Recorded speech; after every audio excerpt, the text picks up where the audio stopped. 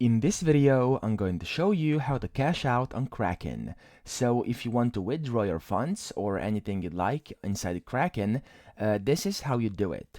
So what you want to do is first log in to kraken.com and then go to home over here. And then down here, as you can see, it says your portfolio value, and there are many buttons over here. And one of them to the very right is the withdraw button. You want to click on it.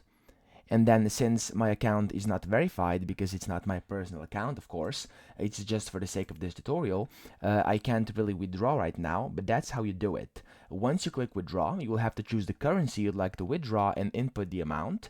And then in the withdraw to section, you want to select an existing withdrawal address, or you can enter a new bank account. And then to add a new bank account, you have to select your preferred funding method and then input a unique description to name the account.